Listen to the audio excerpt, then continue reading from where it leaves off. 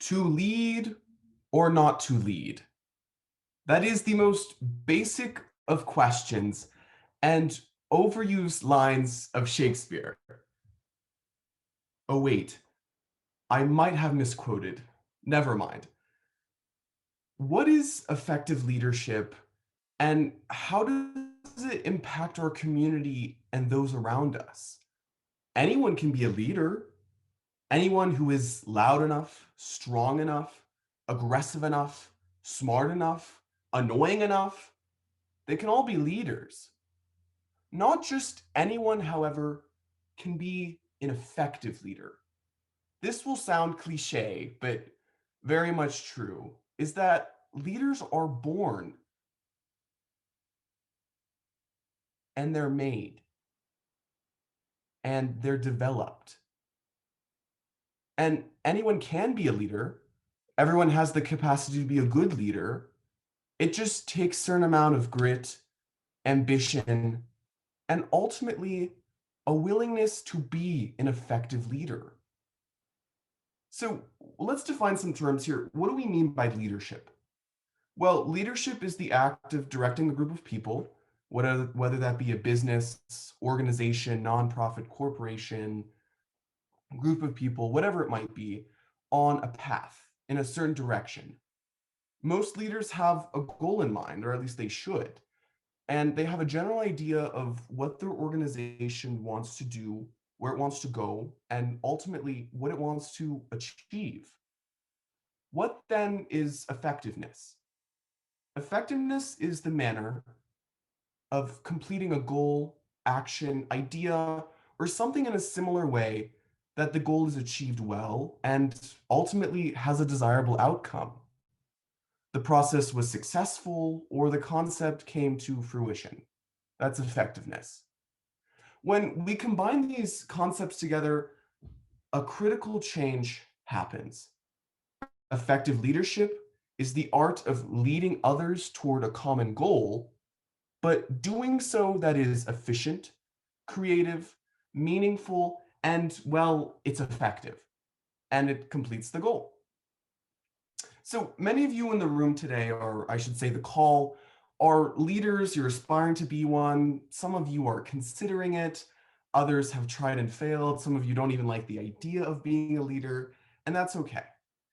It's definitely challenging, it's high risk, and it's high reward.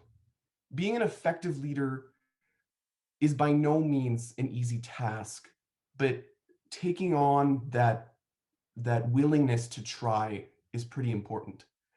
And I am by no means an effective leader or eloquent in my leadership style, but today I'm going to talk about some tips on how to make your leadership style more effective and how it can be critical to success. So let's begin with lesson one. Lesson one is keep your eyes on the prize. What do I mean by this? What is the prize? Well, in most organizations, the prize is the goal. It's the cause. It's what you're working towards. In corporations, that would be, profit, working towards funding, that sort of thing. Nonprofits, it's working towards the cause, excuse me, and elevating your. That's one important aspect of leadership you have to remember is keeping your eyes on the want and what it is that the organization needs and what it is that needs to be achieved. Because at the end of the day, it's not about you. It's not about your feelings. I mean, don't become heartless or anything, but it's about what the organization needs to achieve, what it needs to get done. And that's ultimately the goal with lesson one of leadership. And what I've seen as being in student council, being in mock trial, leading different clubs, seeing different things, is make sure you always keep that goal in mind. Because other people will have different ideas, but you always want to make sure you're staying true to the goal. So lesson one, once you've ensured that you're staying true to the goal, now you need to go to lesson two. Lesson two is listen to your team. And this is so critical. Listening to your team is so highly important because they're your team. You work with them. Whether you are on a board of directors of a company or a nonprofit or whatever it might be, you got to make sure you're listening to your team. People have ideas and people have different points of view and they come from different places, different workplaces, different perspectives, different lifestyles. And that's why it's so important to listen to your team.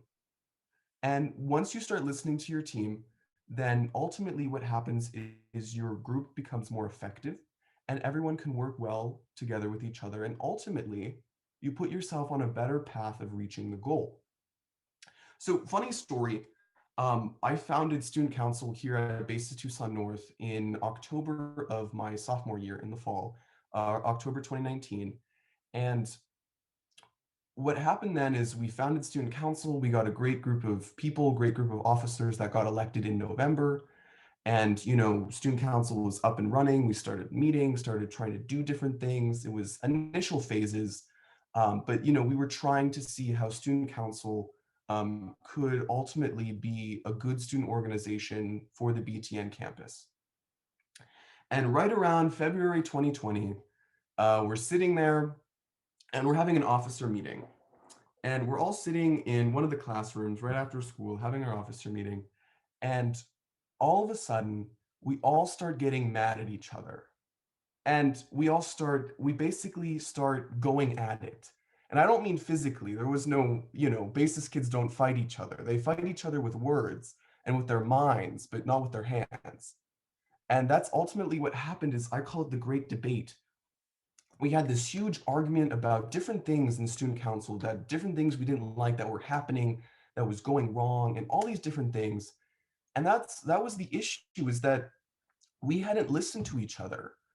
People were mad that others weren't communicating properly and ideas weren't getting spread around properly. And we were kind of in this phase. And this phase is called the storming phase. Groups go through different phases when they're developing. You've got the forming, when the group is coming around. You have the storming phase where they're, all sugared up and they're fighting and they're trying to figure out what the goal is. And the norming and the performing phases, where ultimately the group achieves its goals and it's performing. And this is what happened. This is why lesson 2, listening your team, is so important and it's so critical, because this is what happened for the longest time, is that our student council officers weren't listening to each other. And that's what ended up happening, is that, we weren't able to keep going on our goal of, helping the school out, serving our students, serving the school community. And that's what ended up happening, is that, and we got it out of our systems and we started listening to each other, and then student council started being more effective. Which leads me into my next point of lesson 3. Excuse me. Lesson 3 is step up and step back. One moment, please.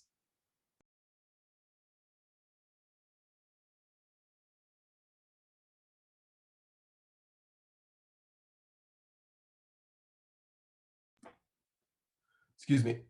Lesson 3 is step up and step back. What does this mean?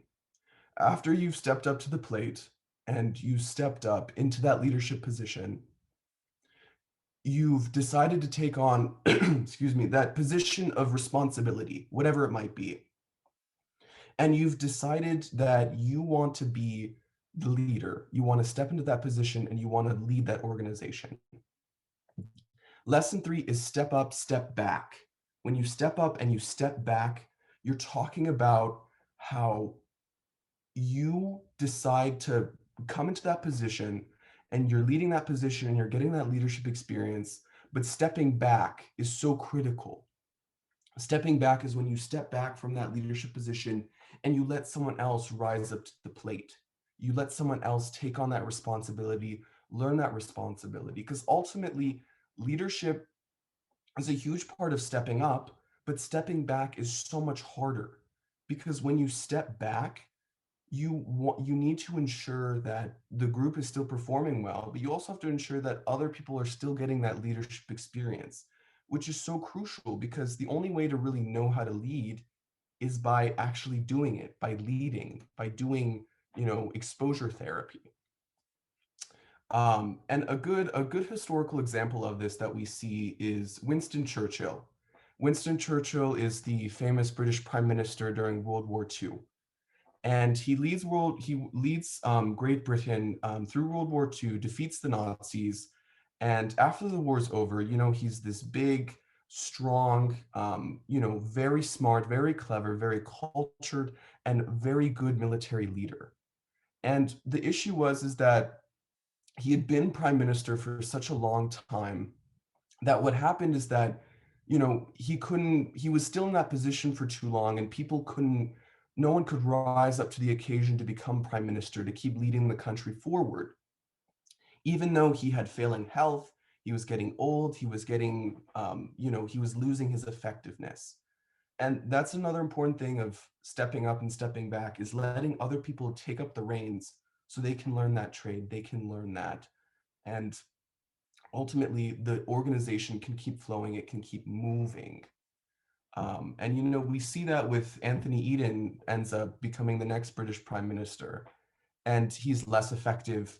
There's other issues. It's not a great comparison, but he that's ultimately the issue, is that stepping up and stepping back entails that you let other people lead so that they can get the experience, and ultimately the organization can keep moving forward.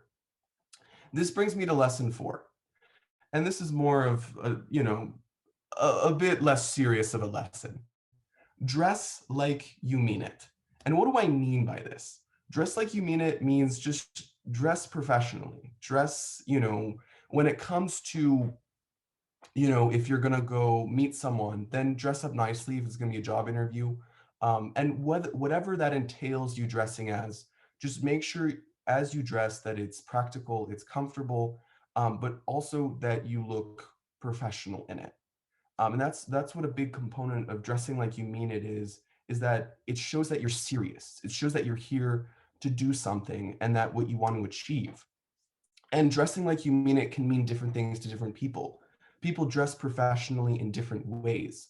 But as long as you're ensuring that the way you make yourself look when you're in a leadership position, and it really demonstrates who you are and who you want to portray yourself as, that's why dressing like you mean it is so important. And this leads me into my last lesson, lesson 5. Lead with love. Leading with love is so important because at the end of the day, you're the one leading the organization, and you're on that path of helping others along the way. You're empowering them, and you want to help them achieve something. And leading with love is so important because you have to remember it's not about you, it's about your team, it's about everyone around you, and it's about the cause. Leading with love entails that, you kind of, whatever biases you have, whatever um, pre-motions you have about an idea, you make sure you're staying true to the cause, true to the goal. And that's why leading with love is so important. So those were my 5 lessons of leadership. Thank you.